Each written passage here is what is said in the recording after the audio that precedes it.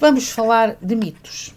Sábado, 15 de março de 2025, 16 horas, na livraria Espaço Ulmeiro, Avenida do Uruguai, número 19B, Benfica, Lisboa.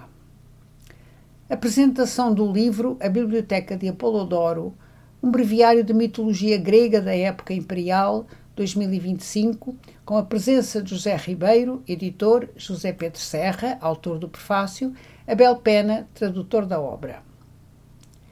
Indispensável para compreender as mais antigas fábulas gregas e o que os gregos históricos pensavam sobre as origens do mundo, dos deuses, das suas linhagens e grupos étnico-linguísticos, a Biblioteca de Apolodoro, ou do pseudo-Apolodoro, é a única obra de mitologia grega integralmente conservada que chegou até nós.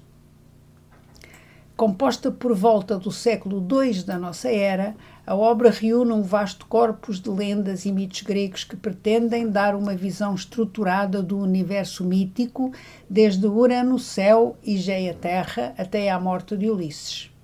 Seguindo o fio condutor das grandes genealogias, quase sempre associadas a uma teia de narrativas míticas que ocupam grande parte da obra, pode o leitor acompanhar as aventuras dos principais heróis da mitologia, como Hércules, Perseu, Édipo, Dionísio, Jasão, Medeia e de muitos outros heróis e heroínas que inspiraram a cultura ocidental.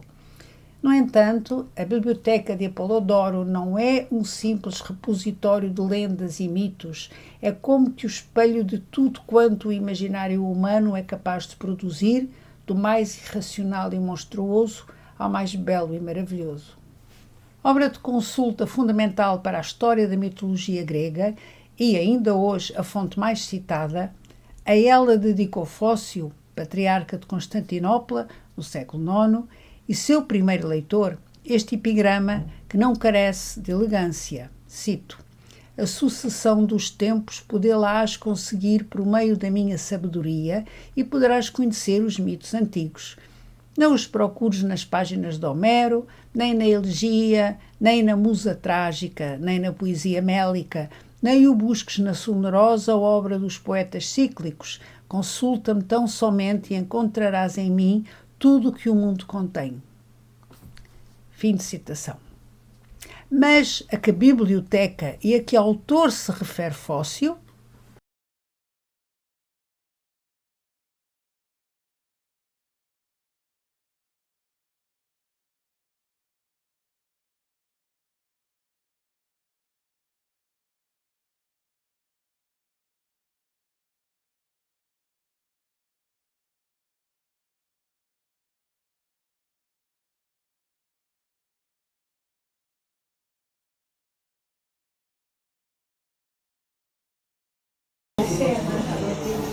Boa tarde a todos. Muito obrigado por terem vindo. Eu represento aqui o Espaço Ulmeiro. Chamo-me José Ribeiro. Sou velho nestas coisas e sou velho mesmo. Por isso falo sentado. Mas tens que falar um bocadinho mais alto, amigo. Ainda? Opa, mas podes ver tu que tens um vozeirão. Isto é verdade. Portanto, agradecer a vossa vinda para o Ulmeiro, para o Espaço Ulmeiro, para a livraria.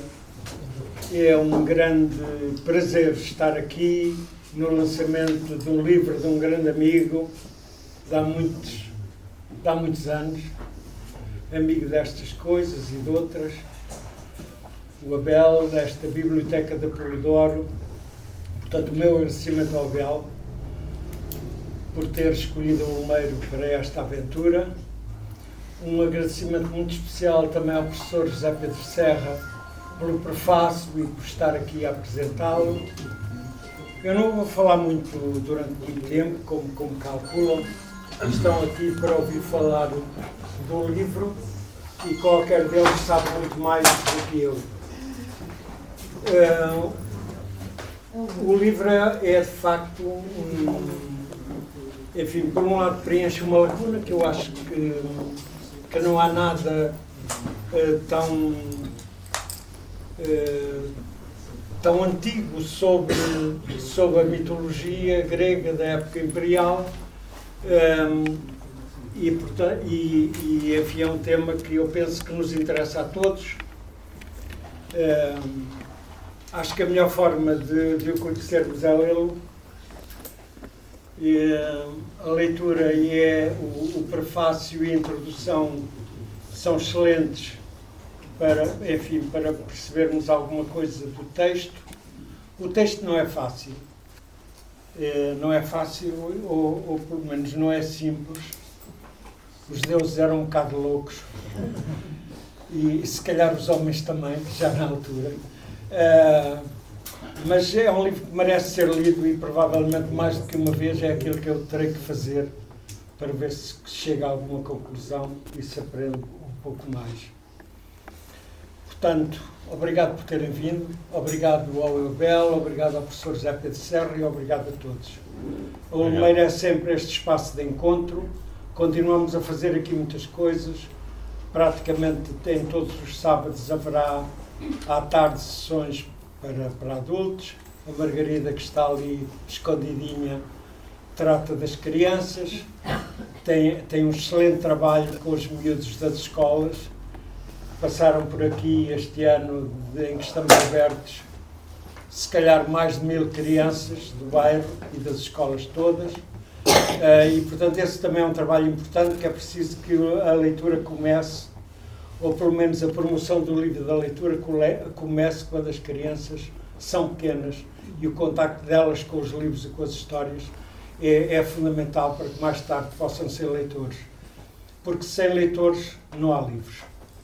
Portanto, muito obrigado por terem vindo.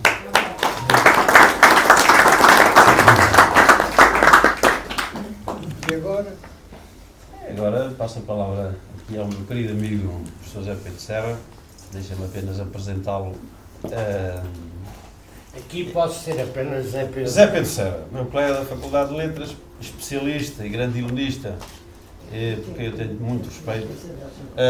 Provavelmente já não posso dizer isto, porque já o disse várias vezes. Já algumas vezes vocês viram o José Pedro Serra na televisão a falar de mitos, portanto não há ninguém aqui mais habilitado para nos apresentar aquilo que já nos apresentou no prefácio, e sobretudo aquilo que lhe ocorrerá dizer a propósito desta publicação. Muito obrigado, agradeço especialmente a tua amabilidade e a tua disponibilidade para estares aqui. Eu sei que é uma pessoa muito ocupada.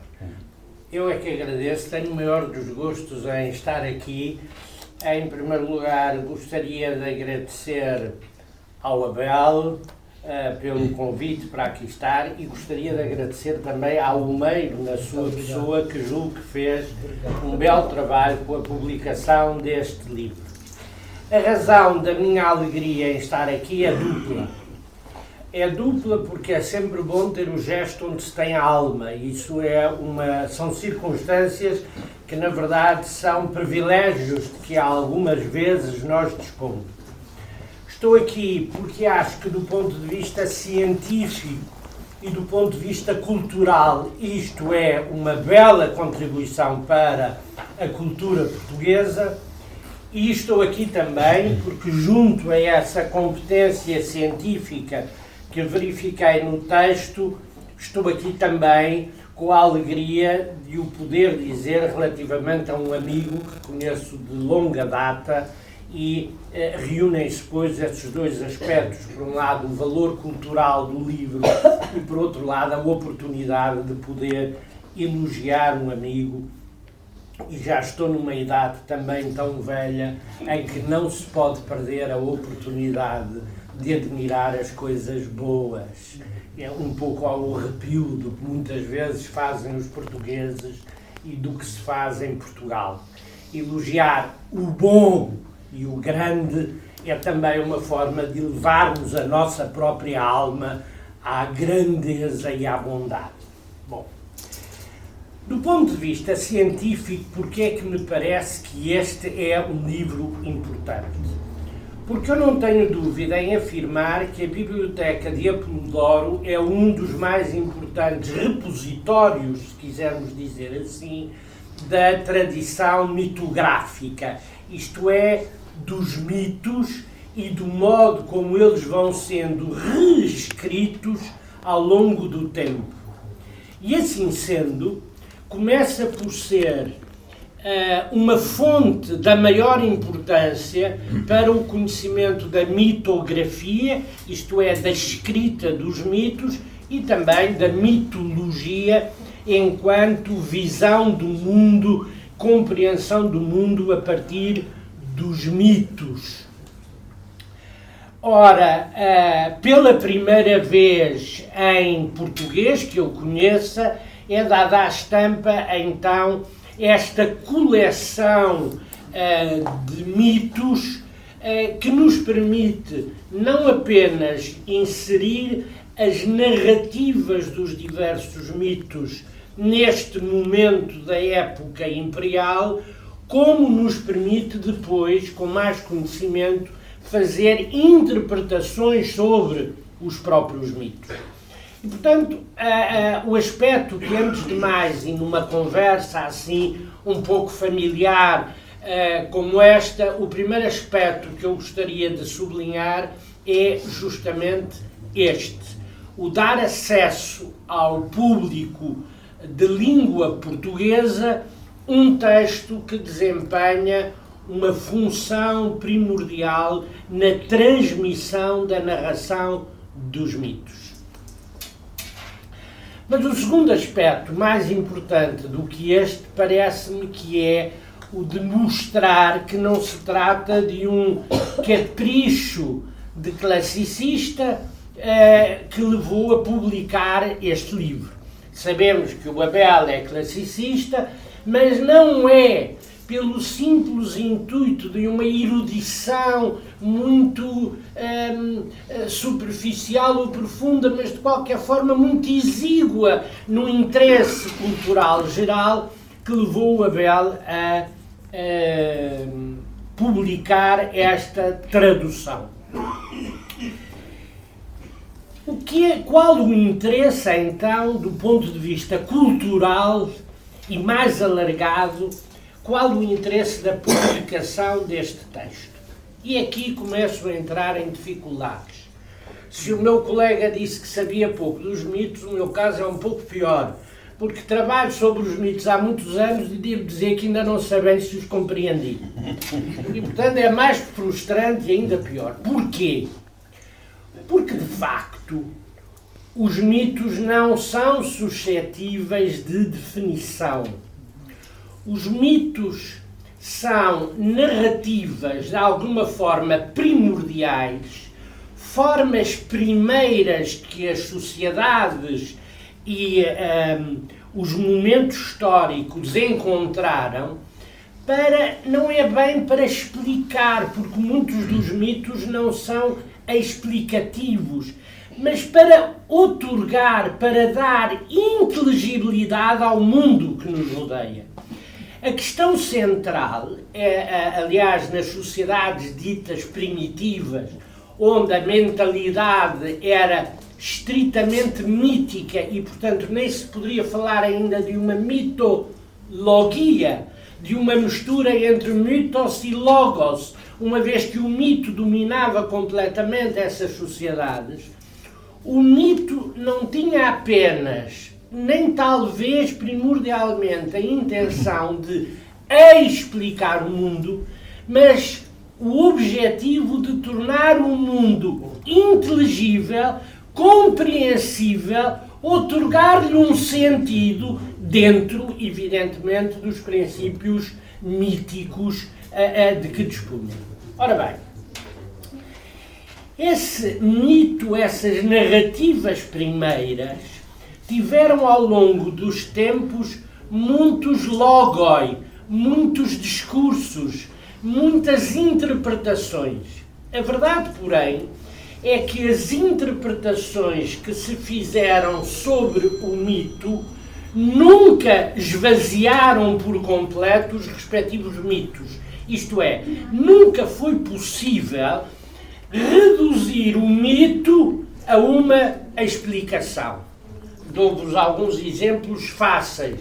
Por exemplo, o caso bem conhecido de Antígona e disponibilidade para defender a necessidade de enterrar o irmão, de lhe dar sepultura, contra as ordens políticas.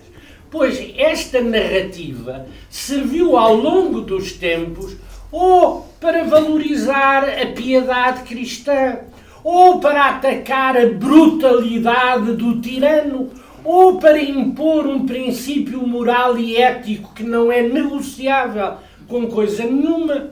Isto é, os mitos, e isso é que me parece fundamental, os mitos são interpretados de múltiplas maneiras, mas permanecem em si próprios irredutíveis a qualquer uma das suas interpretações. E há muitas. A primeira, dou apenas 2 exemplos que me parecem dos mais importantes. A interpretação efemerista, e esta palavra estranha, vem apenas porque o nome do primeiro homem que a intentou se designava Evêmero. E o que é que ele dizia? Dizia que os mitos eram narrativas fantasiadas de realidades históricas que, na verdade, tinham sido esquecidas. Assim, por exemplo, e há muitos destes autores que se prolongam ao longo do tempo, assim, por exemplo, sei lá, a resistência de Penteu, o rei da cidade de Tebas, à introdução de Dioniso, era um vestígio de uma realidade histórica mais antiga, que era a oposição da população grega à introdução dos cultos dionisíacos. Mas esta leitura efemerista é concorrente com muitas outras, por exemplo, a simbólica. Olho aqui para esta magnífica imagem, por exemplo, em que está desenhada a queda de Ícaro, justamente aquele que, na arrogância, entre aspas, em grego dir-se-ia na hubris juvenil, acabou por negligenciar os conselhos do pai, aproximar-se do solo e derreter a cera das asas que, no fundo, lhes permitia saltar o labirinto. Nesta simples história há muitos núcleos interessantes. Primeiro, a própria noção de labirinto. Se é verdade, a raiz grega para a palavra labirinto, e é duvidoso, mas é possível, ela deriva de labris, que é uma faca sacrificial de 2 gumes. E se assim for, o labirinto, mais do que um lugar de morte, é um lugar de entrada e de saída, ou seja, é um lugar de provação. Quem está no labirinto está sofrendo uma prova. E é, aliás, o que nos diz o mito do Minotauro. Uma vez que Teseu, que entrou no labirinto desenrolando o fio de Ariane, matou o Minotauro, esse ser estranho que de alguma forma nos representa, porque representa metade touro, metade homem, e representa por isso os nossos instintos e também as nossas aspirações celestes, justamente depois de o ter morto, conseguiu sair pelo labirinto. Nesta simples narrativa, como vê, do ponto de vista simbólico, nós temos muitos núcleos particularmente interessantes. A ideia de labirinto, a ideia de que os labirintos não se resolvem no mesmo plano horizontal de raciocínio, mas exigem alguma coisa que os supere por cima, ou seja, não é na mesma horizontalidade da argumentação que os labirintos se dissolvem, mas sim ascendendo e passando sobre eles. Mas esse exercício é um exercício perigoso, como vimos, porque, efetivamente, a passagem do labirinto representa o risco da própria destruição. Bom, não estou aqui para fazer uma análise detalhada do mito de Ícaro, mas o que eu quero dizer é que há uma outra dimensão, que é, por exemplo, a dimensão simbólica. Mas, ao lado destas duas que eu apontei, poderia apontar muitíssimas mais. O que me importa salientar é que o mito mantém uma irredutibilidade, sublinho isso, mantém uma irredutibilidade relativamente às diversas interpretações que deles se fazem. E perguntar-me-ão, com razão, mas porquê é que se faz essas interpretações? E aqui a coisa realmente começa a ganhar ainda mais interesse. Porque há no mito aquilo que eu designo por uma plasticidade. O que eu quero dizer é que os mitos se moldam como plasticina. Os mitos se vão moldando à medida que os momentos históricos vão avançando. De tal forma que cada época, cada momento histórico apresenta de um mito uma versão ou uma interpretação diferente das outras e nem por isso mais ou menos verdadeiras.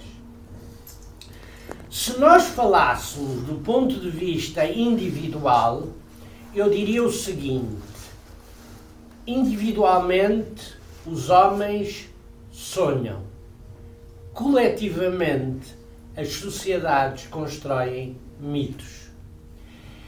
Quer do ponto de vista psicológico, quer do ponto de vista literário, os mitos são absolutamente decisivos na construção de cada momento. E são moldáveis, com intencionalidades diferentes. Também vou dar aqui um exemplo que talvez a situação histórica que hoje atravessamos torna ainda mais urgente.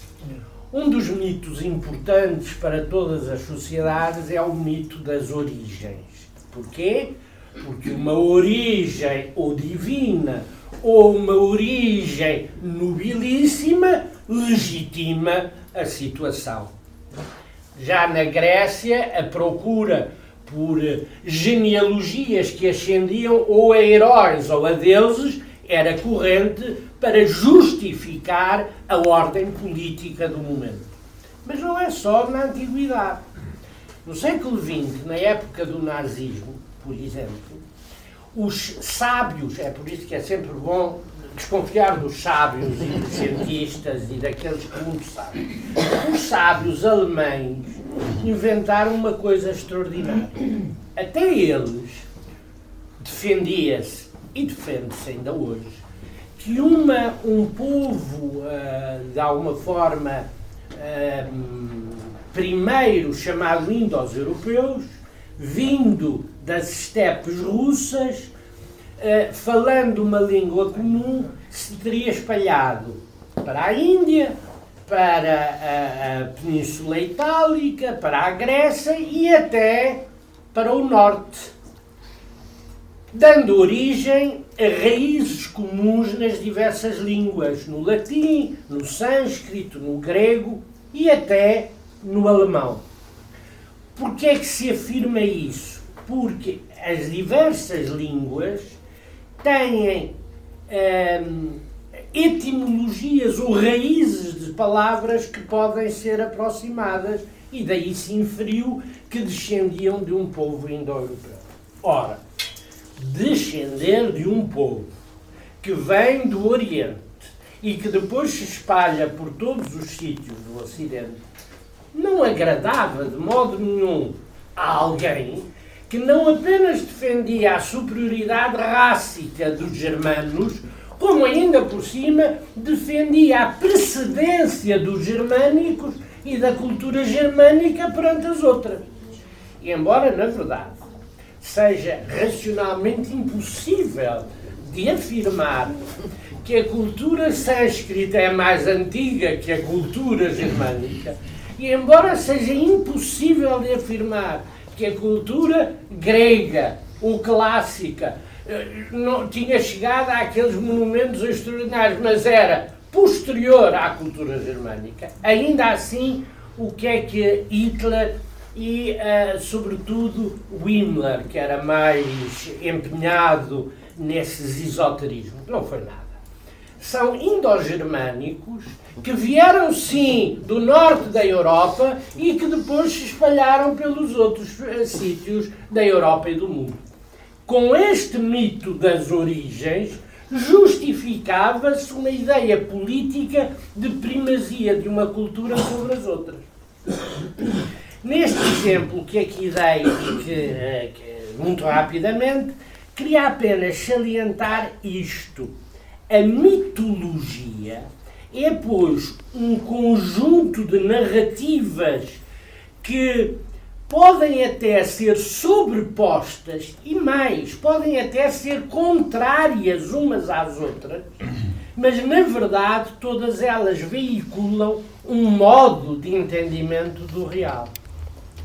Ora, este texto não só nos oferece um conhecimento das narrativas usadas e correntes na época imperial romana, como, para além disso, nos permite, mediante comparação, entender as diversas interpretações e chegar mais fundo qual era a ideia que os homens tinham da vida, do sentido da vida, das grandes questões que acompanham os tempos.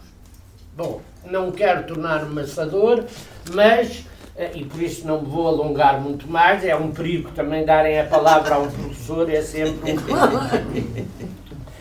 Mas o que eu queria, pois, salientar é que não se trata apenas de obra de erudição, pois de uma, agora não é apropriado, mas apetece-me dizer, de uma chinesice de um classicista, não é isso, mas é ao contrário, instrumento de compreensão das grandes narrativas que estiveram sempre presentes ao longo do Ocidente.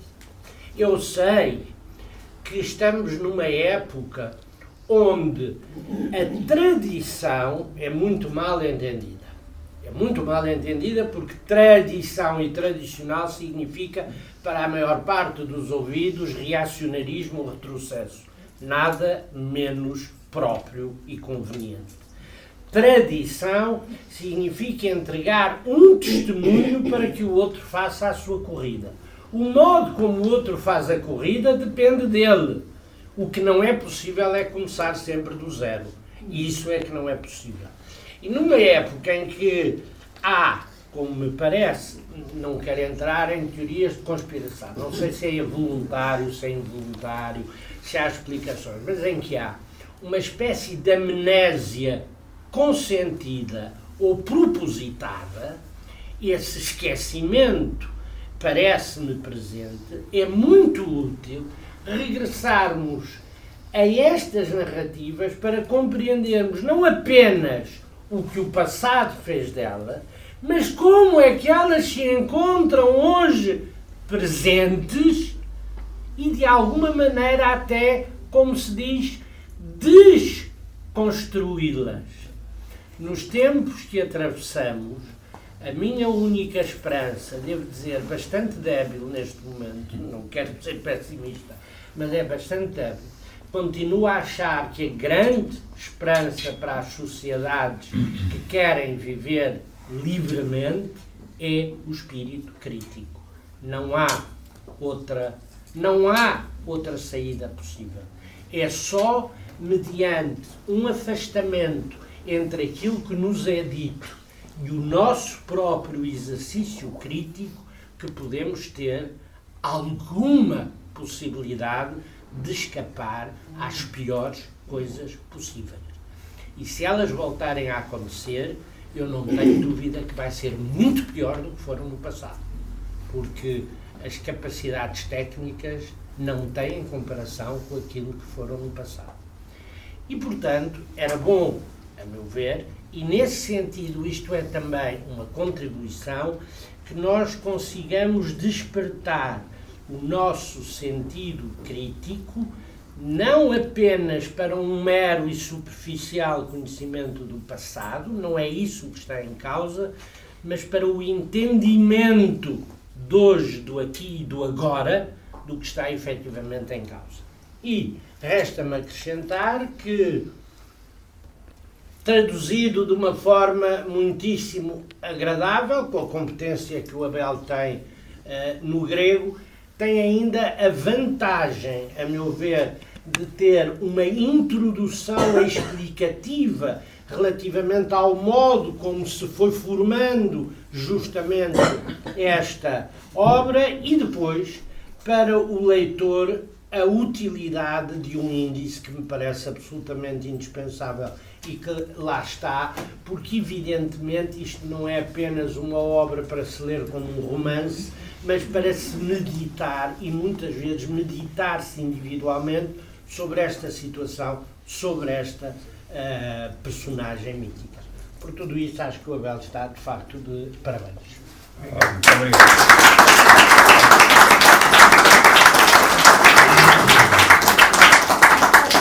Obrigado, Zé Pedro, pela brilhante lição. Acho que o menos que eu queria aqui era falar de mitos.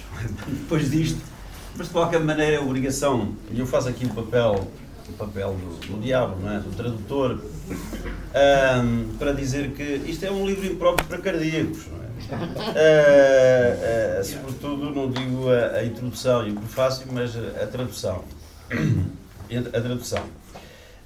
Mas numa tentativa de explicar um bocadinho o que é que Apolodoro esconde, ou porque um breviário, porque é que Apolodoro escreve de uma forma tão resumida os mitos, não é? Porque nós gostamos de grandes explicações policivo-humoristas, alegóricas, mais isto, mais aquilo, mais aquele outro, mas ele faz aqui um papel de crítico, de cientista. Ele, sobre um determinado mito, diz isto é assim, mas outro diz que não é assim, sem se perder a noção do mesmo mito. É aquilo que na escola francesa se chamavam os mitemas. Por mais voltas que demos ao mito, por exemplo, acabou de dar o exemplo, o Zé Pedro, do mito de Dédalo e Ícaro. Podemos lê-lo da maneira que quisermos.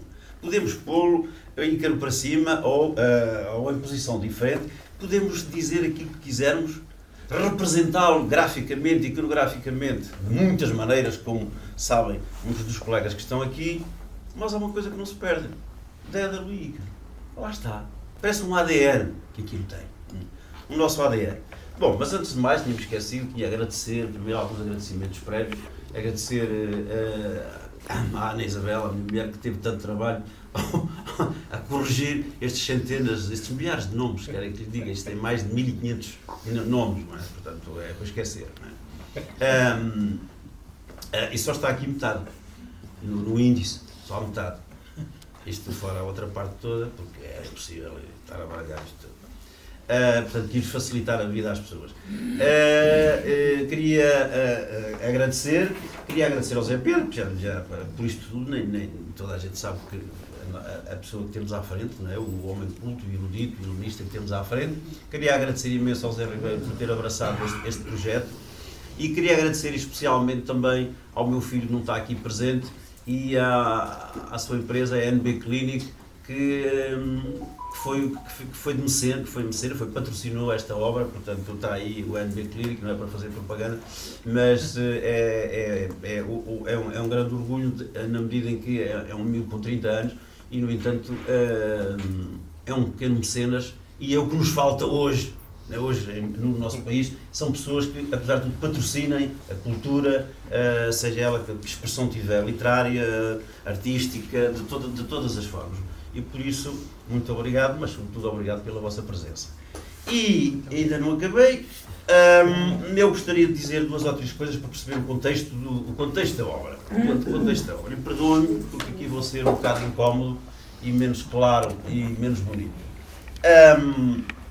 Mas eu diria assim, eu lembro-me que em 1997 um filósofo americano, Tom Morris, escreveu um livro que teve um sucesso enorme nos Estados Unidos, chamado em português Se Aristóteles fosse administrador da General Motors. Nada mal. A General Motors. Da General Motors. Não era mal para a General Motors. Coitado do Aristóteles, exatamente. O pobre Aristóteles, que foi um grande pensador, educador de Alexandre e mais isto e mais aquilo, não é? Acabou por se tornar o guru do espírito criativo, empresarial americano. A obra teve um sucesso enorme, foi traduzida para português em 2009, mais ou menos, não é? Não sei se alguns a conhecem, mas vale a pena ler. Vale a pena ler. Isto para dizer o quê? Que os clássicos podem estar na moda, podem ser sempre recuperados. E aqui não temos que recuperar apenas Aristóteles, Platão ou os grandes filósofos mais conhecidos, mas, por exemplo, a filosofia, a alavanca, também foi inventada, a fórmula de Pi, não sei se as pessoas conhecem, quer dizer, aquilo nunca mais acaba, não é? Uma invenção do nosso Arquimedes, não é? E várias outras invenções.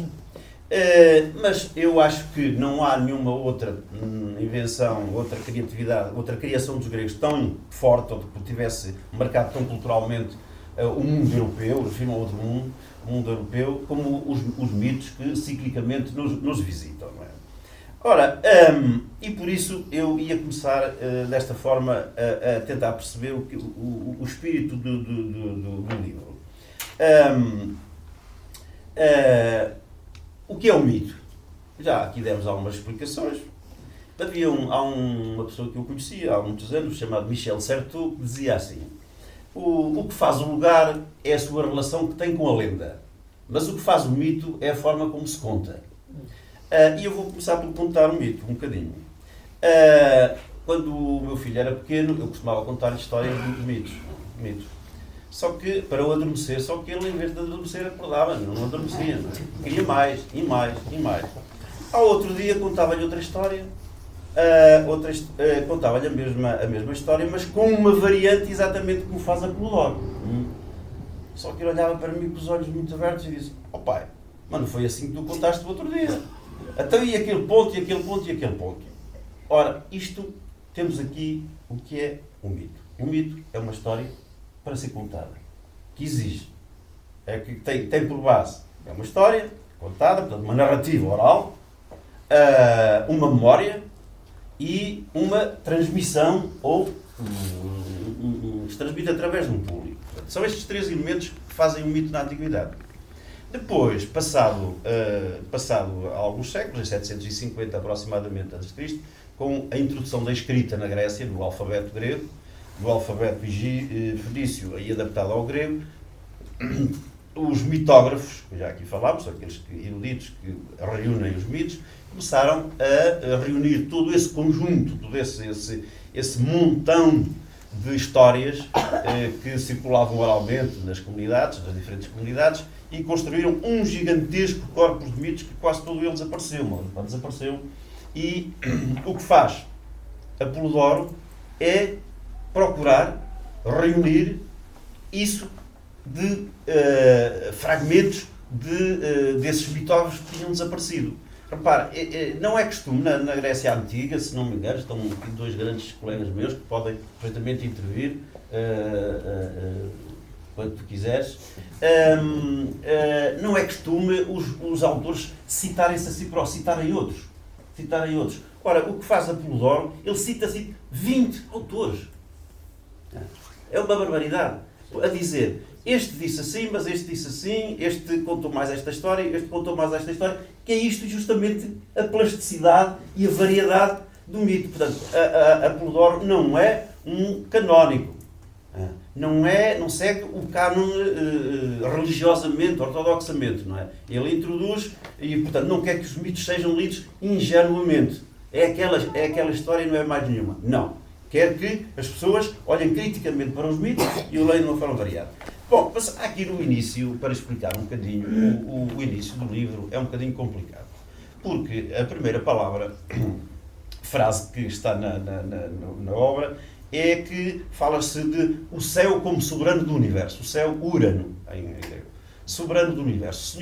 Senhor do universo. Mas de onde é que surge este céu? De onde é que surge este céu? E aqui, então, a Bíblia e o Evangelho de São João dizem que no princípio era o verbo, a palavra, não é? Enarque, era o logos, não é? No princípio era a palavra. E eu digo que aqui no princípio é o caos. O caos. E o caos, ao caos o que é? O que é? É uma forma de explicar porque é que o Urano aparece aqui, ou seja, a Polidoro começa a sua história em médias res, quer dizer, como nas poéticas, não é? Começa a história. Aquela parte do caos não me interessa, interessa avançar já para elementos que o mundo romano compreenderia melhor. Portanto,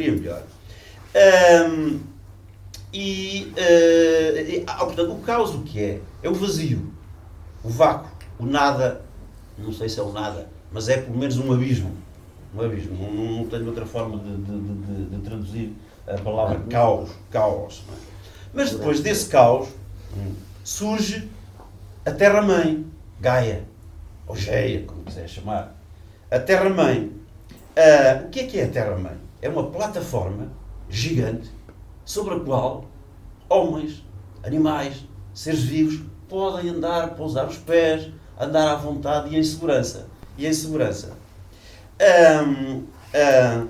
É preciso perceber o seguinte: caos em grego é uma palavra neutra, é um termo neutro, nem feminino, nem masculino. Nós se calhar entendemos isso mal hoje, porque o nosso neutro, já não, mas é masculino e feminino.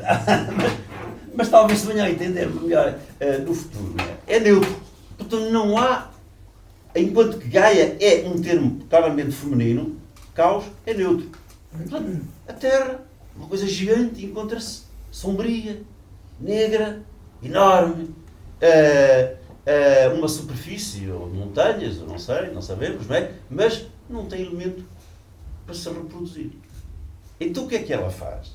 Ela cria um duplo de si própria. Uma dupla de si própria.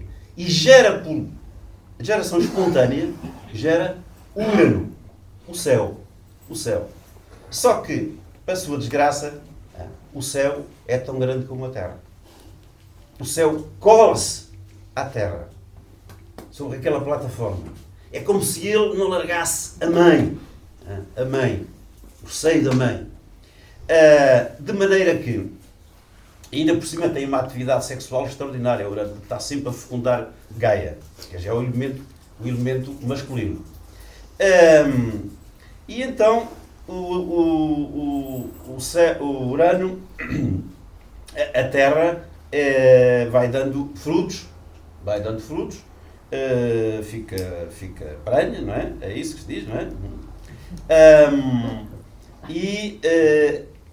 Ela concebe uns seres estranhíssimos, seres monstruosos, que estão no ventre. Mas como o céu se cola permanentemente a ela, esses seres não têm espaço para crescer.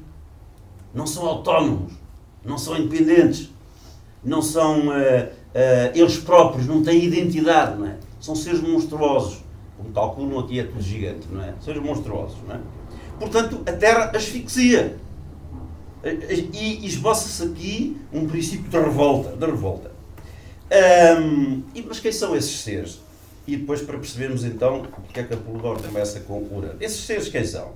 São uns indivíduos que têm 100 braços e 50 cabeças, os chamados centímanos. 100 braços e 50 cabeças. Enormes, gigantes, monstruosos. Não é? Mas estão lá no ventre, não conseguem sair dela. Depois nascem uns indivíduos chamados ciclopes. Todos nós conhecemos, desde a banda desenhada até ao Ulisses, aquela história do ciclope. Não é? Ciclopes são 4. indivíduos maus ao princípio tornaram-se os tipos porreiros depois, um bocado mais tarde. Não é?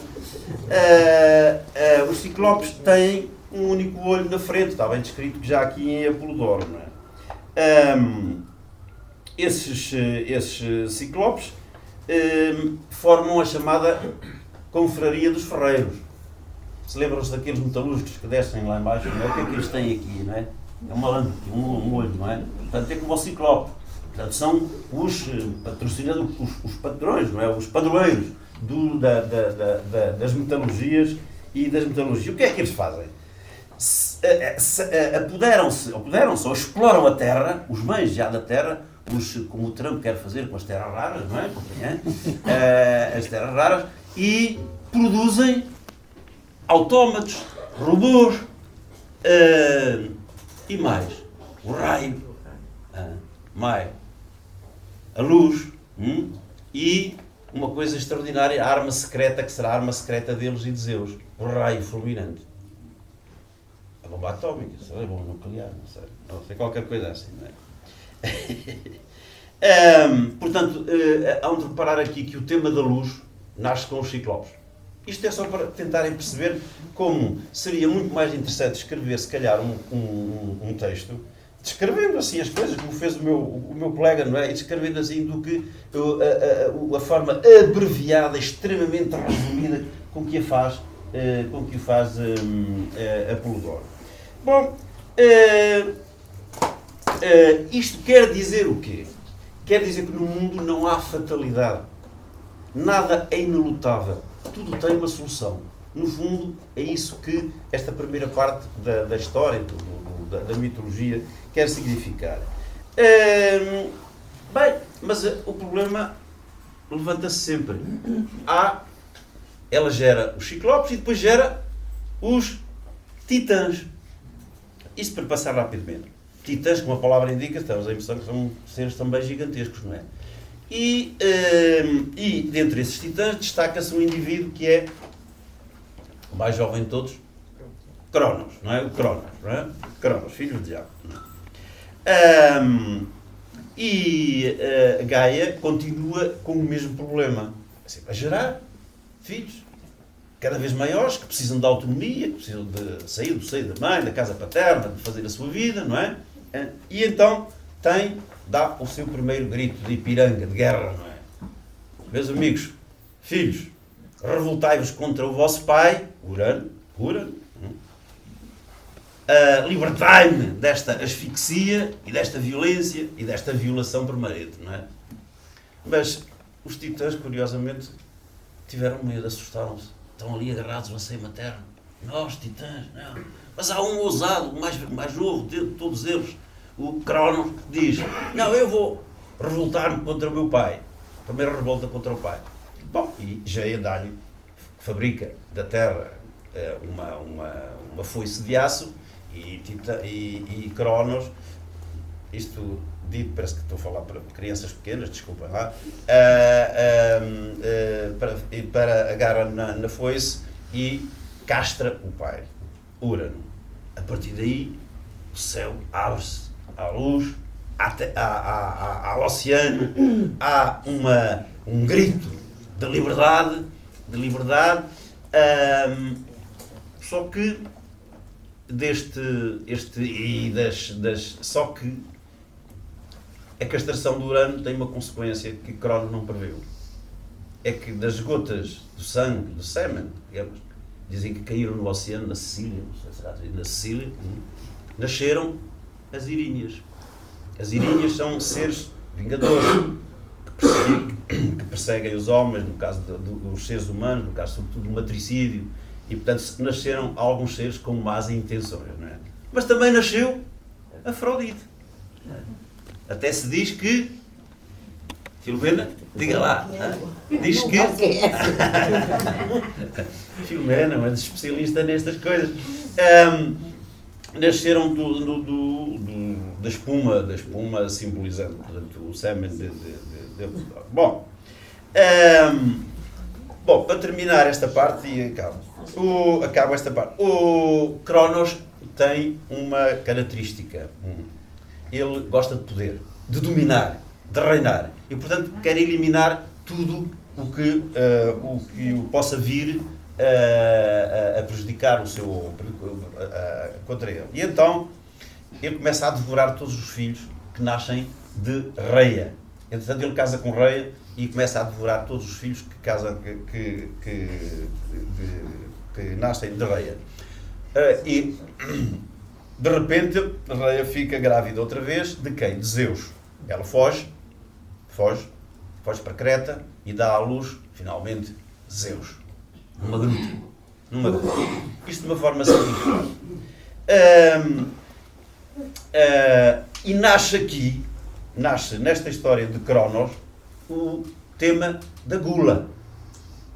Como é que podíamos dizer? O comer da comida permanente. O Cronos tem uma pança imensa e precisa de se alimentar permanentemente. Ora, aqui nascem também outros temas que devem ser lidos na mitologia, que é, para lá, o problema da gula. É um problema, não é um vício. Não é? Mas é uma questão que nós temos que comer todos os dias. Só que ele é um antropófago, come a carne dos próprios filhos. É uma coisa terrível para nós. Come os próprios filhos. Engole. Ele nem come, engole.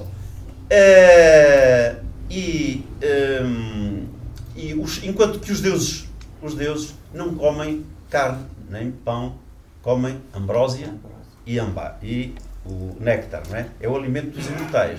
Os homens comem essencialmente, como diz Homero, pão e bebem vinho. São citófagos, comem pão e bebem vinho, que é o alimento dos homens. Portanto, ao comer isto tudo, Reia revolta-se. Agora, Gaia já tem uma aliada, que é Reia, e as duas acabam por se revoltar também, e Reia diz, embrulha uma pedra com as fraldas de Zeus, suponho eu, e aquilo devia ser tudo muito grande, e dá de comer a Zeus. Ele engola a pedra como se fosse Zeus, porque ele sabia que ela estava grávida, ele andava ali à volta, não é? E engola aquilo tudo. Bom, e Zeus cresce, e quando chega à idade adulta, revolta-se contra o pai, Cronos. Arranja uma substância, que eu chamo de fármaco, está lá no texto, fármaco, uma substância que dá a Cronos, e ele deglude, vomita todos os filhos que tinha dado, que tinha engolido. São 4 ou 5. O Poseidon, Hera e outros, não é?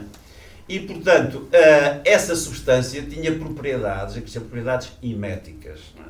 Eu acho que ele é o primeiro inventor dessa propriedade vomitatória e emética. Não é? Bom, passo adiante, porque aqui já se pode perceber, quer dizer, pode-se fazer uma leitura bastante interessante, se quiserem, que parecem coisas estranhas que não nos dizem respeito a nós. Eu digo que tudo isso nasce aqui e também nos diz respeito. Outra questão que interessa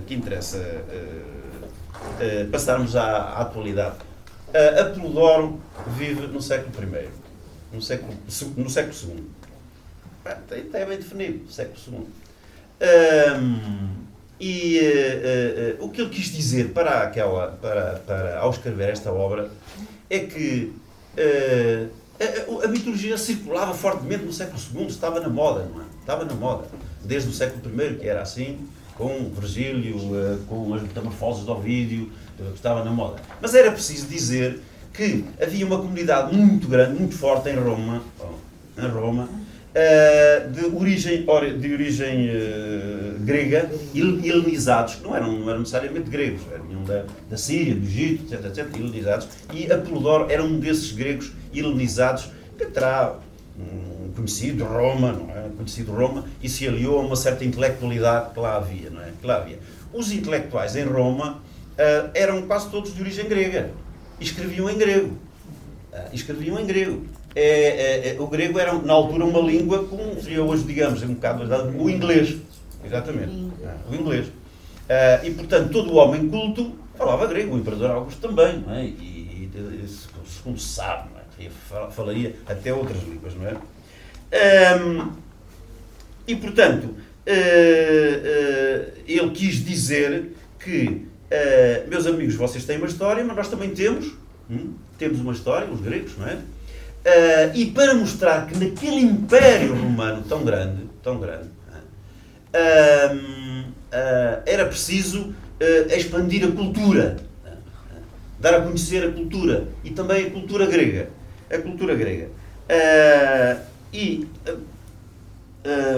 Vou passar à frente aqui para nós podermos avançar e não vos chatear muito, não é?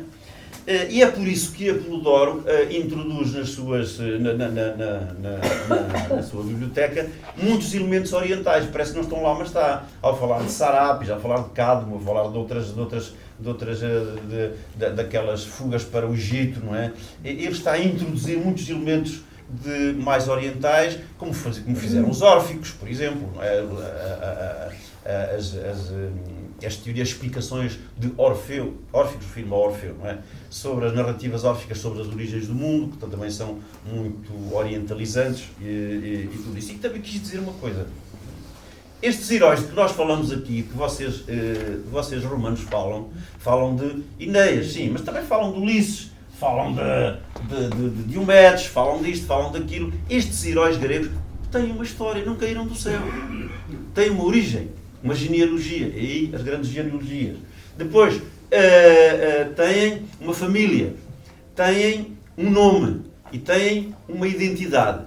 Ora, nós sabemos, por Homero, e sabemos que a única forma dos heróis se identificarem, já foi aqui dito, era dizerem o seu próprio nome. Quando eles se apresentavam, eu sou Ulisses, não é? Filho de Laertes, e depois era aquilo tudo, filho de, não é?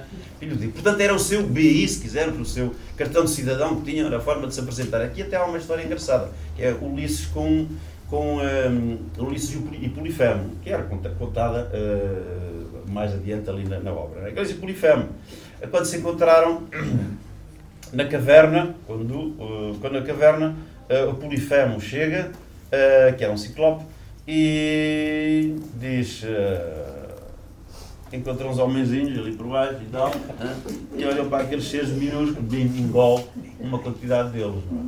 Come uma quantidade deles. Ulisses, que estava mais afastado, ele olhou para eles e pergunta: quem és tu? E ele disse: ninguém. Ninguém. E ele diz assim, Ciclope: não és ninguém. Isto é um nome miserável. Isto é uma coisa que ninguém tem. Então diz: eu vou-te fazer um favor. Não te como-te a ti em último lugar, porque nem isso mereces, que eu te como em primeiro lugar. Mas há aqui uma coisa engraçada, que será um bocadinho difícil de explicar, mas vou tentar. Que é, em grego, ninguém já disse útis. Útis. Mas o Ciclope, como era um bárbaro, não falava bem grego, como nós podemos dizer assim, entre cozer e cozinhar. Cozer e cozinhar são palavras novas e tal. Às vezes para um estrangeiro isso confunde, mas o que é que isso quer dizer e tal, não é? Se calhar um entendeu que era cozer as calças e depois foi cozê-las fazer na cozinha. E foi isso que entendeu o Ciclope. O Ciclope não percebeu que o que Ulisses quis dizer, que ele era outro termo parecido, metis, que significa esperteza, inteligência, astúcia. E foi isso que o tramou o Ciclopes, até porque depois aparecem os outros todos. Quando ele começa a berrar, ele tira-lhe o olho, começa a gritar, aparecem todos os outros Ciclopes. Ele diz: mas pá, o que é que te aconteceu? Nós vimos aqui para te ajudar. E ele diz: ninguém. Pá. Ninguém. O que é que estamos nós aqui a fazer? E deixaram o homem essa sorte. Portanto, aqui este jogo de astúcia. É que Metis foi a primeira esposa de Zeus, não sei se sabem, não é? Metis foi a primeira esposa de Zeus, que significa astúcia. Astúcia. E quando Zeus precisou dela, disse-lhe: olha, mas tu, Metis era capaz de se transformar em tudo, desde pedra, uma banana, uma gota d'água, etc, etc. E Zeus precisou dela e disse-lhe assim: aposto que tu não és capaz de transformar em gota d'água. Eu não sou. E ela, orgulhosa dessa mulher ali, orgulhosa, disse: não sou. No instante transformou-se e ele engoliu-a. Só que ela estava grávida dele. E quem é que nasceu dela? Quem é que nasceu? Atena, mas só que nasceu do crânio de Zeus. Portanto, isto parece tudo estranho, não é? É tudo estranho, mas os mitos são isto. Bom, Zé Pedro, vamos terminar, mas com duas coisas. Eu gostava de perguntar para que é que servem os mitos hoje, que é a pergunta que nós fazemos. Para contar histórias? Não sei. Todos nós conhecemos aquelas histórias do calcanhar de Aquiles, conhecemos a história de Ariane, o filho de Ariadne. Conhecemos essas expressões comuns, não é? Pandora. Há umas lojas até que vendem as coisas de Pandora. Eu por acaso não tenho, mas até tenho uns ténis de marca Nike. Mas não, agora não posso usar a dizer Nike, tenho que começar a dizer Nike. Era a deusa da vitória. Deusa da vitória. Etc, etc, etc. Podíamos continuar por aí. E o que eu queria dizer é sobre falar um pouco da atualidade do mito. Não é? Fernando Pessoa dizia que, e termino, que o mito é nada que é tudo. E de certa forma eu acho que todos nós temos um pouco de tudo e de nada, temos um pouco de Orfeu, temos um pouco de Édipo, temos um pouco de Sísifo, de Tântalo, dois mitos, dois heróis, duas figuras que se perderam muito na nossa cultura, não é? E porquê? Porque os mitos fazem parte, como já foi dito aqui, da nossa cultura, do nosso imaginário antropológico, do nosso imaginário humano. Mas o que é isso do imaginário? Essa é a grande questão. Eu lembro que quando George Lucas começou a escrever o cenário para a saga Star Wars, em 1973, ele foi buscar para guia, como guionista e consultor, e argumentista, Joseph Campbell, um ilustralista americano, e para criar a saga que teve um enorme sucesso e todos estávamos à espera da segunda parte, que chama-se a saga. Não é? Campbell usa o mesmo sistema mitológico, né, que eu descrevi há bocado nesta primeira parte e que a Polidoro também descreve. Coisas simples, o bem e o mal, a violência e a bondade. Mas sempre numa perspectiva de que há uma possível redenção, uma possível salvação do mundo e dos homens. Nós podemos ver como Ulisses tem aqueles problemas todos que vai superando, como o Skywalker, não é? Da figura, não é? Também se vai lutando e encontrando a sua própria iniciação ao mundo dos heróis, não é? Portanto, tanto os mitos clássicos como esta saga Star Wars, mas podíamos falar da Game of Thrones, é a mesma coisa, também lá tem muito material deste, nós podemos dizer que resistem a toda e qualquer explicação racionalista definitiva. Não é que a razão não os possa explicar, mas não toda a explicação. E acho que isso é um dos segredos do mito. E também, esses dois, já para dizer, os mitos e o imaginário todo dos mitos, ajudam-nos a perceber um bocado o que foi para recuarmos ao Homo sapiens. Que foi a sua capacidade de imaginar, de simbolizar, de deixar um traço simbólico, de simbolismo na humanidade. Ora, estes estudos sobre o imaginário já começaram há muitos anos, sobretudo na escola francesa, com Gilbert Durand, depois o Edgar Morin, etc, etc. E outros, que não quero ser Joel Thomas, não é? E é para chegar aqui. Os estudos sobre a imagética cerebral permitiram demonstrar que ver é imaginar. E imaginar ativam as mesmas zonas cognitivas do cérebro. Quem é que diz isto? O nosso António Damasio, em O Erro de Descartes e o Livro da Consciência. É o que ele diz, que o cérebro faz um mapeamento. Mapeamento diz que são as imagens. E mais, eu sabia que os antigos, vou falar aqui para os meus colegas, os antigos andaram à volta disso. Epá, mas o que é isto da imaginação, do imaginário, o sublime, não sei o quê, mas não tinham instrumentos para perceber como é que o cérebro funcionava, nem o tempo todo, mas pelo menos o António Damasio contribuiu para nos explicar o que é isso do nosso imaginário antropológico, o que é isso do imaginário humano.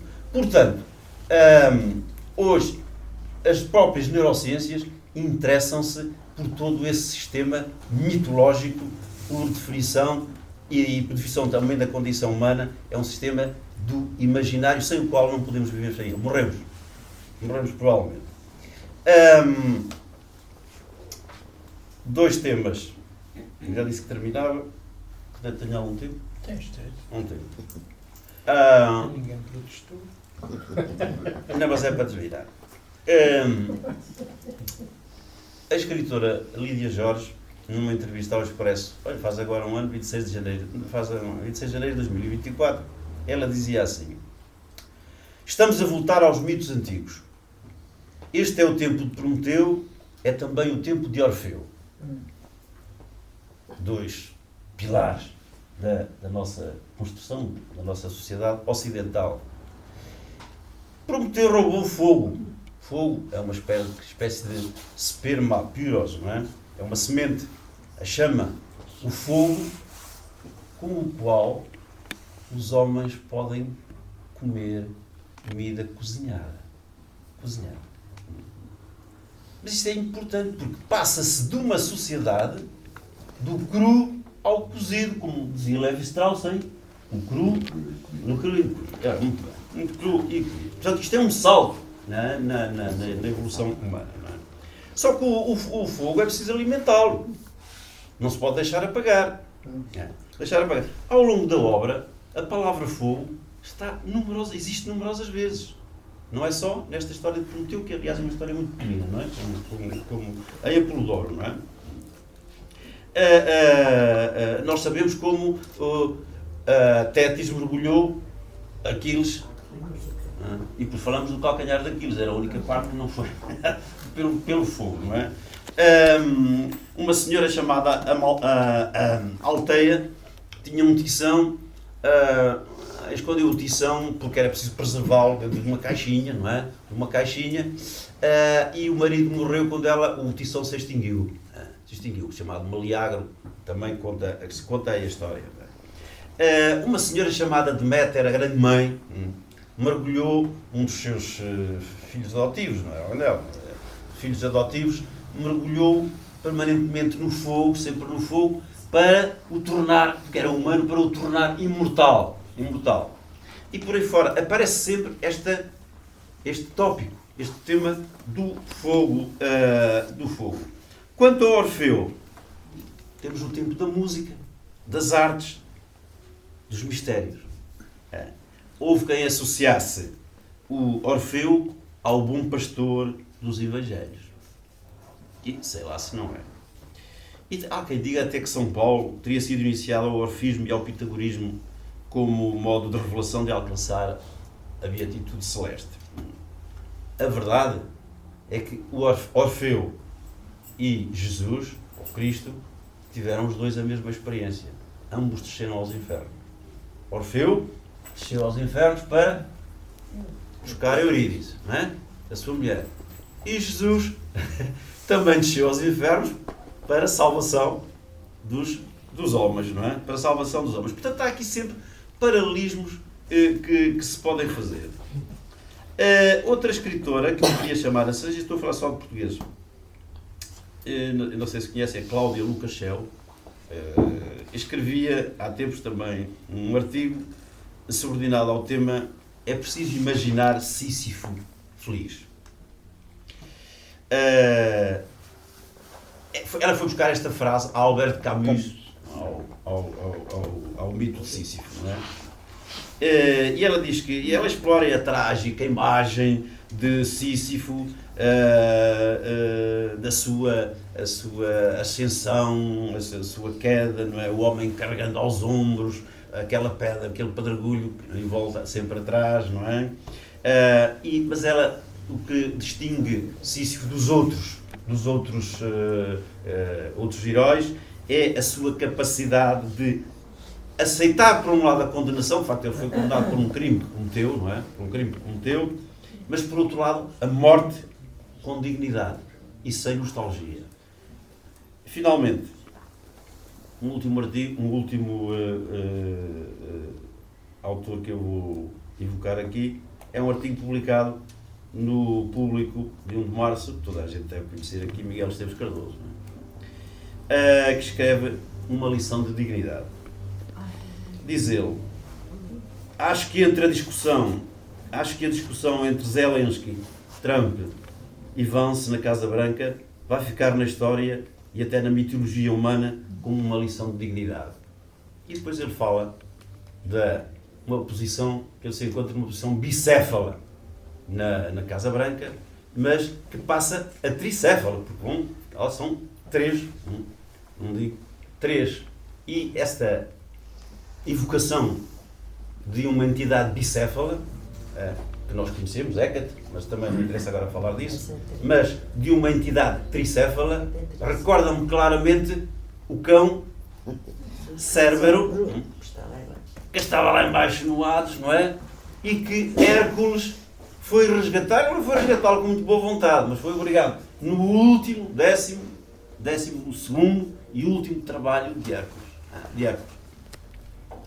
Como Hércules, sem fazer aqui política, mas entendendo isto simbolicamente, Zelensky desceu a um Hades para se tentar libertar. Não é? Mas aqui há outra coisa neste encontro. Encontro na sala oval, que é este que nós esquecemos muito, não é?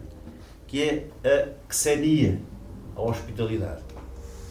A hospitalidade é um dos maiores princípios e valores da cultura grega, não é? E que nós devíamos ter. Eu lembro perfeitamente da minha mãe dizer, e toda a gente conhece a minha mãe dizer, quando alguém bater à porta, tu dizes, entra. Quem é? E não, quem é? Entra. É uma coisa tão simples de praticar. Ora, não houve isto na sala oval. E, portanto, temos que ganhar... Faltou-lhe a medusa na mão. Diga. Faltou-lhe a medusa na mão. Faltou-lhe a medusa na mão. Falta-lhe a medusa na mão. Portanto, na obra há um texto, há todo um texto sobre os filhos de Licaon, eram muitos, eram 50. Eu não refiro os nomes deles, nunca mais de Licaon, que eram tipos orgulhosos, não respeitavam a hospitalidade, como sabes, já disse que era um dos valores mais sagrados da cultura grega, a hospitalidade e outros valores. E Zeus diz assim, estes tipos andam a chatear, e disfarçou-se de um trabalhador e apareceu na casa de Licaon. E eles acolheram-no, mas o que é que fazem?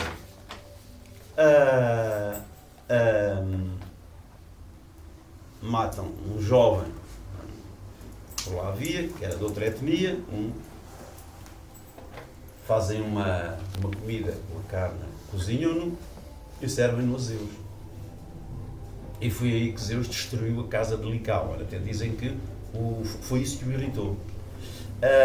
Dizem que não houve, ele diz, não houve ali nem hospitalidade, xenia, nem respeito pelas regras de educação fundamentais.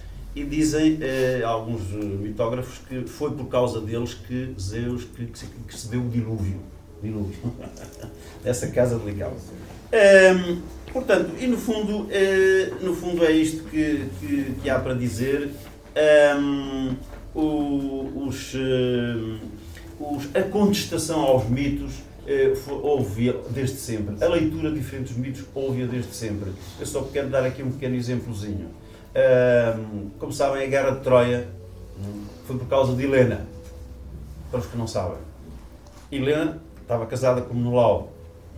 E Paris, Alexandre, troiano, foi lá, raptou-a com todas as riquezas.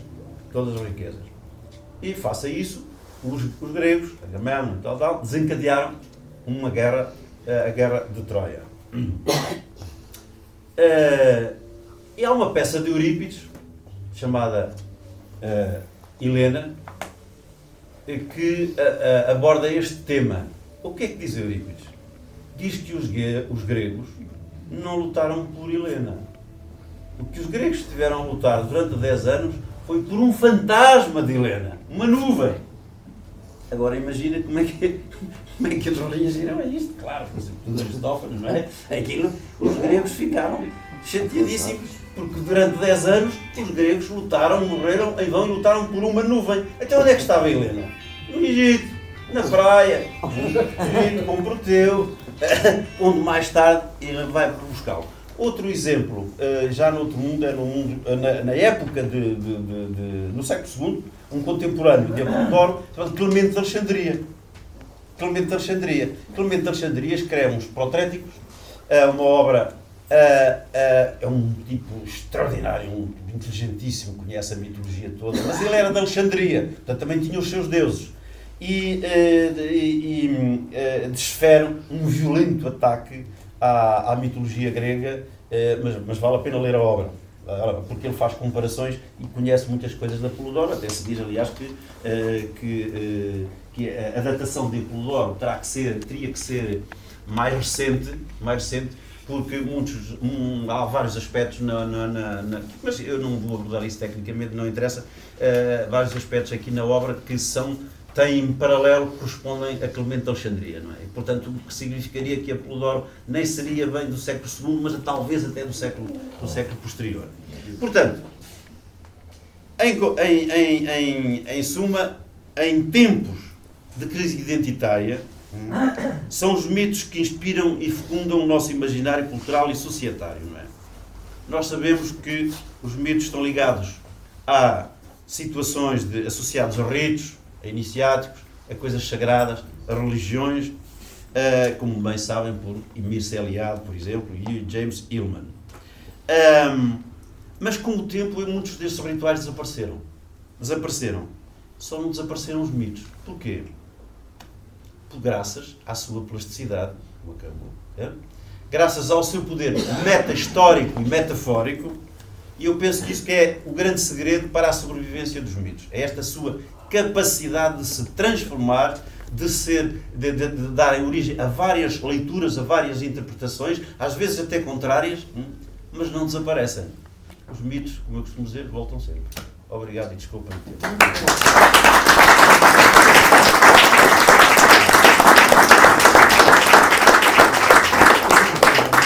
Mas podemos, se tiverem curiosidade, entrar em diálogo. Penso que não há qualquer problema aqui.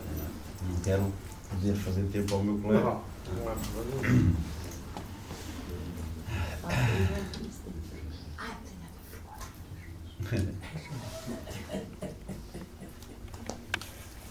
Pronto.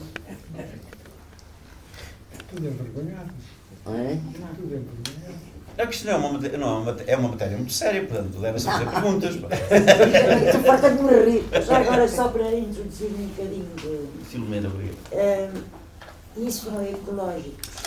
Diga? Tem aspectos ecológicos interessantíssimos. Que eu acho que nos dias de hoje faz imensa razão de ser nós pensarmos nisso. Esta mutação, que não é só uma fuga, é também uma mutação de proteção a muitos dos elementos vegetais e animais, e que é um aspecto muito interessante. Tem esse lado, mas tem um lado, não gosto muito desta palavra, mas que faz a síntese entre o divino, o humano e o natural, que é uma coisa extraordinária que o mito tem.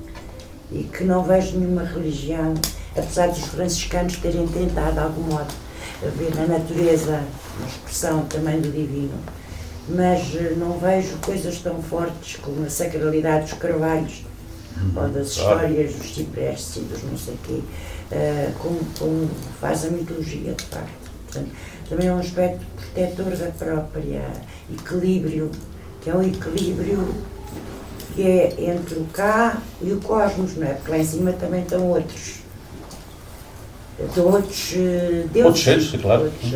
Ou que não conseguiram o coisa divino, mas se transformaram em eterno, indo lá para cima. E muito obrigada, principalmente para quem leu a Polidoro em castelhano, porque não consegui ler na língua mãe, não consigo, infelizmente.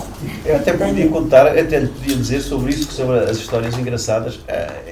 Isto é um bocado duro, sobretudo por causa das genealogias, não é? Das genealogias, de muitos nomes. Mas é preciso ler a coisa também, um bocado as coisas com mais profundidade.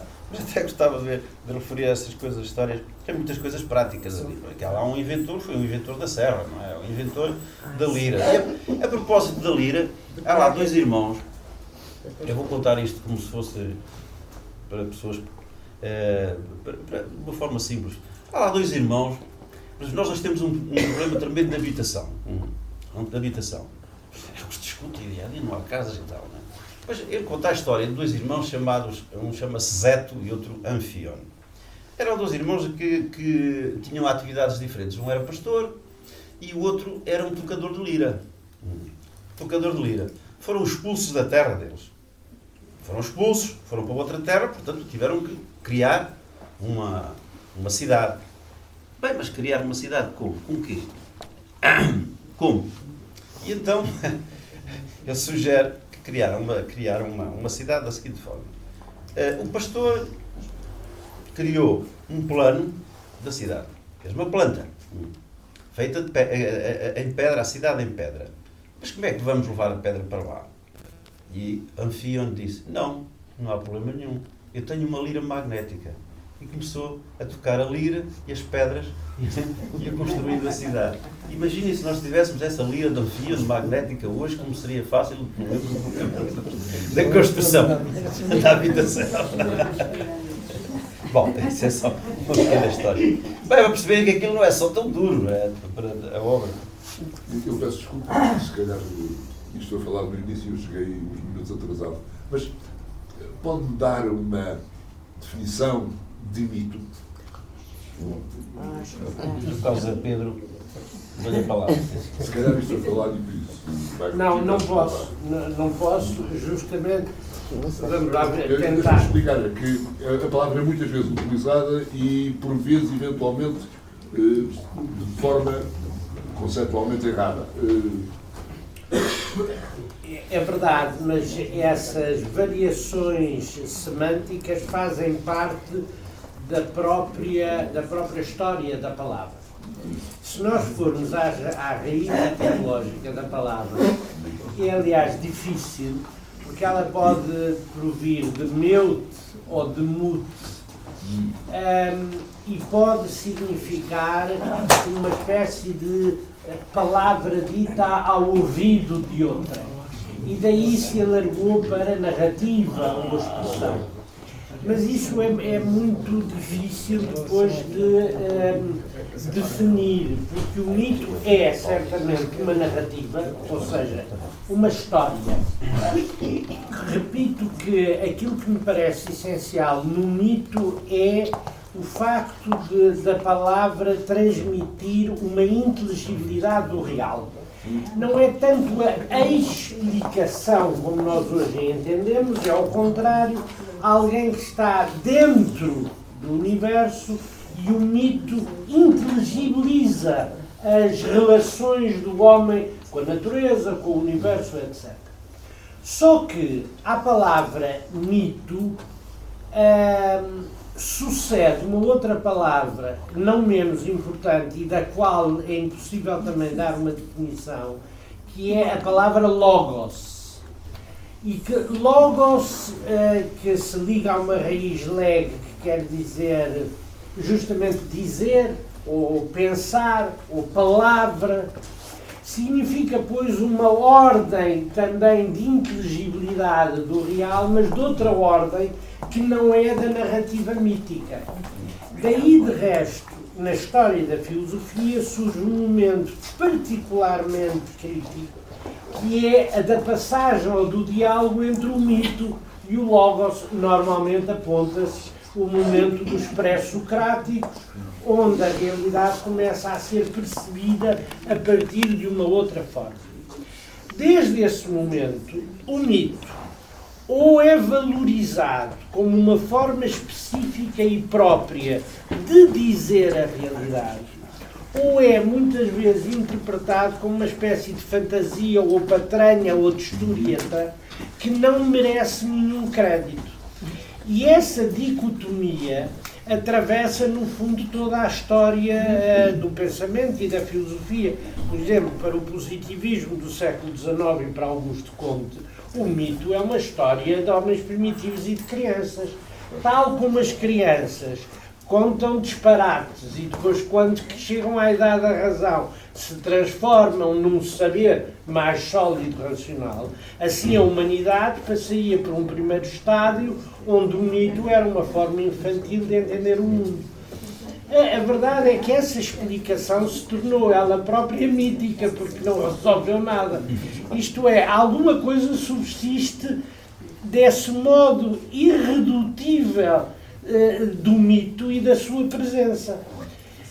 O que torna muito difícil é hoje talvez a vertente que é a de conjugar, na verdade não são realidades disjuntivas, mas conjuntivas, o mito e o logos.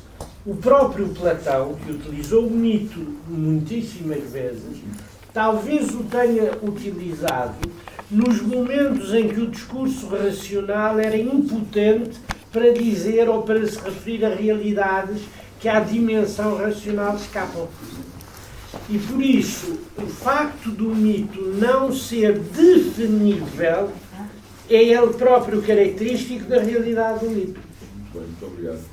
Podemos considerar de alguma forma, por exemplo, as referências ao pays de Cocagne, não é? Como, e mais tarde a utopia de Thomas More, como mitos surgidos naquela... Pode ser, certo, pode, certo? não... Depende do que a pessoa interpreta por mito, mas na verdade são construções da imaginação, porque a letra utopia significa o que não tem lugar, que não tem lugar. E portanto são construções, os discursos a propósito da Atlântida, por exemplo, que são aqueles que eu conheço, as primeiras conjecturas sobre sociedades ideais, são, na verdade, narrativas míticas em certo sentido. Muito obrigado. Desculpa, era isso? Estava aqui a falar com o Zé Ribeiro e ele estava-me a lembrar que eu havia um ponto que não tinha referido, só para esclarecer uma coisa por causa do nome do autor. E chama-se, eu disse a Biblioteca da Polodoro, mas na maior parte das traduções que há, por isso muito fora, não são muitas. As pessoas preferem usar a Biblioteca do Pseudo-Apolodoro, ou seja, do Pseudo-Apolodoro. Eu confesso que não encontrei nenhuma razão para não ser Apolodoro. Não encontrei. Mas o que é que acontece? O Pseudo-Apolodoro vende mais, não é? Vende mais, é muito mais interessante, é tudo mais escuro, não é? Como os pseudo-evangelhos, é tudo um marketing. Bem, mas não posso só atribuir isso. A verdade é que. Não queria dizer nada disso. A verdade é o seguinte. O primeiro leitor destes manuscritos da biblioteca foi um senhor no século IX chamado Fócio, que era patriarca de Constantinopla. Patriarca, um tipo poderoso, tinha uma enorme biblioteca. Ele tinha apaixonado por tudo que era literatura grega e romana, mas sobretudo grega. E ele foi ter a ele estes manuscritos, que estão identificados aqui, os manuscritos, e ele leu e fez uma pequena recensão, e disse isto é de Apolodoro de Atenas. E portanto atribuiu a biblioteca, esta obra, a um indivíduo chamado Apolodoro de Atenas. E como ele escreveu no manuscrito, todos os reprodutores depois disso, quer dizer, os copistas, produziram a Pseudo-Apolodoro, a biblioteca do Pseudo-Apolodoro. Bom, mas ao patriarca Fócio escapou-lhe um problema. Portanto, ele leu bem, como ele diz, mas não leu tudo. É que Apolodoro fala de um cronista que viveu até 60 ou 61 a.C., chamado Castor, que escreveu umas crónicas desde os tempos do Egito até Pompei. Ora, Apolodoro, que é do século... Esse tal Apolodoro de Atenas é do século II. Portanto, ele não viu o erro cronológico. Apolodoro de Atenas não poderia ter falado de Castor, que viveu 2 séculos praticamente depois dele. Essa é uma das razões, e há muitas outras que são evocadas também lá algumas outras na introdução. Portanto, é só para explicar que é fóssil tal, não é o erro de Descartes, mas é o erro de fóssil, embora Apolodoros havia muitos nomes, não é? Na antiguidade, e bibliotecas também havia imensas, não é? Curiosamente, Apolodoro de Atenas também tinha escrito uma biblioteca, que não era uma biblioteca, era uma genealogia, não é? Portanto, há aqui um erro que foi elevado até muitos séculos mais tarde, não é? Até ao Renascimento. Depois aí descobriu-se isto, como se descobriram, aliás, estes últimos manuscritos, a última parte, a obra tem uma história, não é? Todas as obras da antiguidade têm uma história. Esta talvez até seja a menor delas, não é? Há obras que quase todas têm um grande problema. E depois há outra questão, não é? É que sabem que na antiguidade não havia aquela ideia de autoria. Havia de autoria. As pessoas, os homens, os escritores escreviam obras, mas não escreviam um nome. Portanto, é uma noção que só nasceu, uns dizem com o Isídio, outro um bocado mais tarde, não é? Em que dizia, eu chamo-me assim e tal, mas não havia essa ideia. Portanto, o erro de fóssil é só para explicar isto. É a biblioteca de Apolodoro, mas se encontrar a biblioteca do Pseudo-Apolodoro, pois é a mesma coisa. Relativamente à cromática, Diga? a capa tem esta cor, depois temos uma página da guarda, que é preta, e depois o miolo branco. Porquê esta A página a preta. página preta? O Armando Cardoso pode explicar. Tem que ser o editor. Uma questão meramente de opção de design. Achei que este preto inicial com o preto final que poderiam realçar, normalmente não existe esta primeira, poderiam realçar, da mesma forma que falei com o Abel sobre a questão da cor da capa, não sei se o Abel pode explicar melhor. Não, explica. Esta é a cor dos deuses, cor sagrada dos deuses gregos. E portanto foi essa a opção. O preto de início, o preto de fim foi uma questão meramente estética. É porque é bonito. Sim, é verdade, mas eu pensava que tem outra explicação. Não. Mitológica. Preto, é? Mais acidental, não é? O preto. Não. Diz? Eu queria só dizer uma coisa, porque eu sou completamente fora desta área, portanto é preciso dizer. Portanto, as minhas áreas são as sociologias, são a saúde mental, estou completamente off, se calhar é preciso, mas completamente off desta área. Mas acompanho muito, estamos casados há 30 e tal anos, não me digo. Há 30 e tal anos, portanto vou acompanhando as obras do Abel e dos colegas do Abel e dos outros nossos queridos amigos, não é? E os do Abel, porque me passam sempre pelas mãos e eu tenho que os corrigir, os erros gráficos, que são alguns, as construções, que são algumas, e portanto tenho que ler com muita minúcia. Mas como tenho um olhar muito de hoje, e para mim é muito importante, a história se observa para eu perceber o hoje e para ver se me preparo para amanhã, e daí a grande importância da história. Eu dou só assim umas dicas para as pessoas que estão pouco habituadas a ler o livro dos clássicos, para ler sobretudo este livro. que eu não tive que ler assim, porque tive que o ler mesmo de seguida, mas depois aproveitei para o ler desta maneira, porque como eles falaram, o livro começa por ter a geologia toda, portanto, as origens todas e os nomes todos. Não sei, eu lembro-me quando comecei a ler isto, os 100 anos de solidão.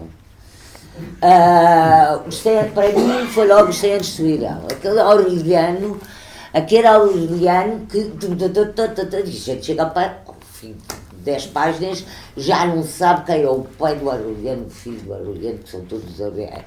E é muito complicado, de facto, para alguém que está fora dos nomes, destes nomes, com estes nomes sobretudo muito complicados, começar por letria. Eu proponho que experimentem, passar à frente essa parte. Isto é uma provocação a estes clássicos, não é? Porque eles vão todos cair em cima, vão já cair em cima. E começar, isso sim, pelas histórias. E aí, cada história, de certeza absoluta que nós ou já passamos, ou já ouvimos, ou já estudamos, ou já alguém passou por aquilo, ou já lemos num livro qualquer, porque realmente são eternos e são, para mim, fundamentais. E quando eu digo fundamentais, são os fundamentos. E os fundamentos da civilização. E mais do que isso, arrisco, conhecendo menos bem as outras civilizações brutais, com certeza, como as orientais, etc., tenho a certeza que têm fios condutores. E daí serem fundamentais na humanidade. Porque têm fios condutores. Eu acredito, o pouco que conheço das outras civilizações, têm origens, os focos acabam por ser os mesmos, porque são as preocupações de facto do ser humano, e é aquilo que nos une, muito mais do que a cor, muito mais do que a cor dos olhos, muito mais, é de facto sermos humanos, não é? E acaba, por mais distantes que sejam as culturas, os fundamentos acabam por se tocar todos. E comecem pelas histórias, que são fantásticas, e depois, se tiverem dúvidas nos nomes, vão ao índice, que é fabuloso e que é fundamental, o índice, e até aos nomes, que estão todos e de quem é filho de quem, que é bem chatice. Não é nome para dar a ninguém. Não são nomes para dar a minha filha, a não ser que não se goste. Isso é um horror.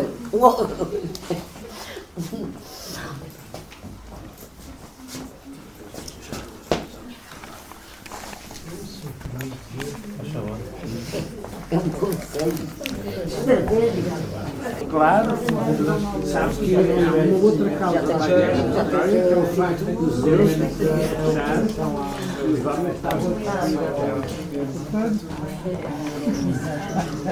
Agora pensei que ia dizer que é da mulher. Não quis ser